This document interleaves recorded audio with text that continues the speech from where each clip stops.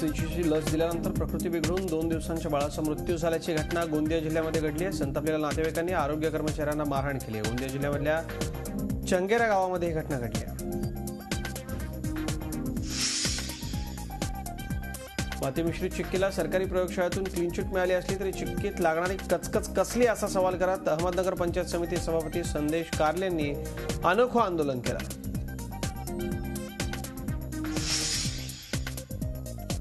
कॉलेजमधल्या निवडणुका खुल्या पद्धतीने घेण्याबाबत प्राचार्य महासंघाने औरंगाबादमध्ये आक्षेप नोंदवलाय। यात राजकारण आणि राजकीय पक्षांची एंट्री झाल्यास वातावरण बिघडत असल्याचं प्राचार्य महासंघाचे अध्यक्ष दत्तात्रय आघाव यांनी सांगितलं। याबाबत मुख्यमंत्र्यांची भेट घेऊ असंही त्यांनी सांगितलं।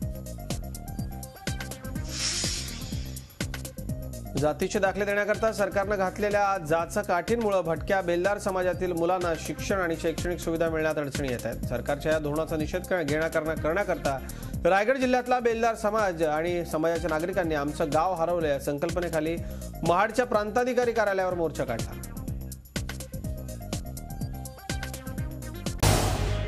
झी 24 तास रहा एक पाऊल पुढे।